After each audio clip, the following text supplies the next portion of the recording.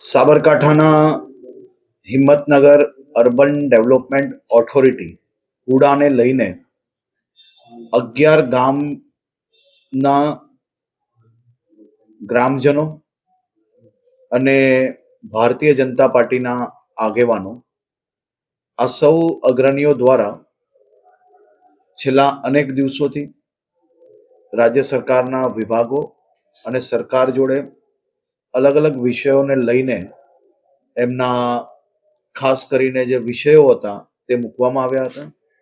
આજે સવારે માનનીય મુખ્યમંત્રી શ્રીની સૂચનાથી 4 મંત્રીશ્રીઓની કમિટી આદરણીય ઋષિકેશભાઈ પટેલ, અર્જુનભાઈ મોઢવાડિયા, પ્રદ્યુમનભાઈ વાજા, જીતુભાઈ વાઘાણી અને નરેશભાઈ પટેલ આજે કોઈ કારણોસર હાજર નહીં રહી શક્યા.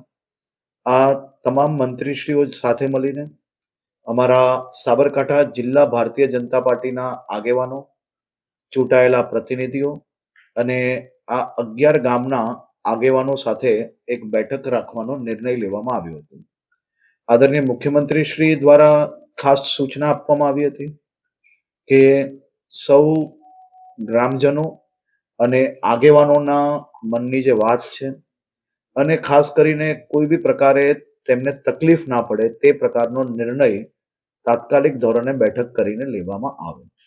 આજે હિંમતનગરના અને સાબરકાંઠાના સૌ આગેવાનો સાથે મળીને અમે 4 મંત્રીશ્રીએ મુખ્યમંત્રી શ્રી જોડે વિચાર અને વિમર્શ કર્યા બાદ હુડાનો નિર્ણય હાલ પૂરતો સંપૂર્ણ રીતે સ્થગિત કરવામાં આવે છે. અગાઉ પણ તત્કાલીન મુખ્યમંત્રી આનંદીબેનના સમય વિરોધ થયો હતો, એ વખતે પણ સ્થગિત કર્યું હતું. અત્યારે ફરીથી સ્થગિત કર્યું. 2 વર્ષ પછી ફરીથી આવશે, ફરીથી વિરોધ આવશે. તો એમાં કઈ કાયમી નિરાકરણ? આ તમામ ગામના સૌ અગ્રણીઓ અને અમારા સૌ લોકોની ખૂબ ડિટેલ્ડ ચર્ચા આ બાબતની થઈ છે અને સૌ લોકોના હિતમાં જ જે નિર્ણય લેવાયો હતો તેની ખાસ કરીને એમને આવશ્યકતા નથી લાગતી, જેથી સરકાર દ્વારા નિર્ણયને સ્થગિત કરી લેવામાં આવ્યો છે. Thank you. અમારી તમામ માહિતીથી અપડેટેડ રહેવા માટે જોડાયેલા રહો ત્રિશુલ ન્યૂઝ સાથે.